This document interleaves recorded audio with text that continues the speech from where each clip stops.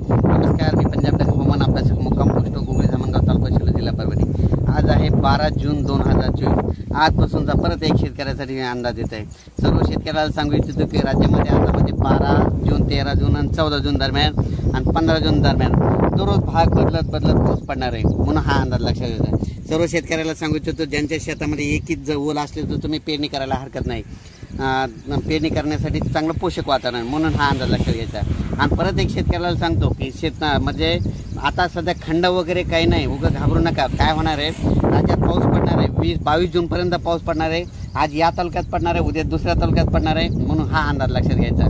सर्व शेतकऱ्याला सांगितलं की राज्यामध्ये फक्त 15, 16 आणि 17 जून दरम्यान थोडी उघाड राहणार आहे, पण विदर्भात मात्र पाऊस पडणार आहे, म्हणून हा अंदाज लक्षात घ्यायचा। एकंदरीत राज्यात परिस्थिती बघितली तर राज्यामध्ये पश्चिम महाराष्ट्र,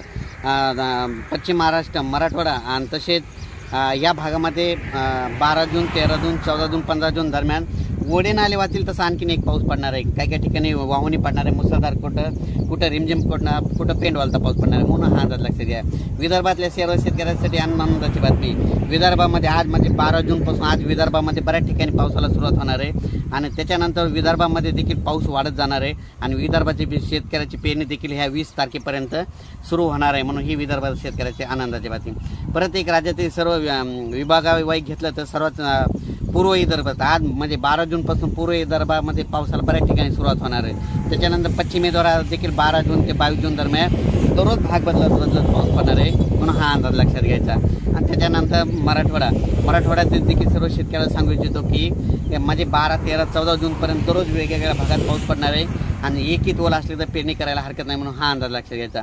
ओल जर नसले तर पेरणीचा निर्णय घेऊ नये, म्हणून हे देखील लक्षात घ्यायचं।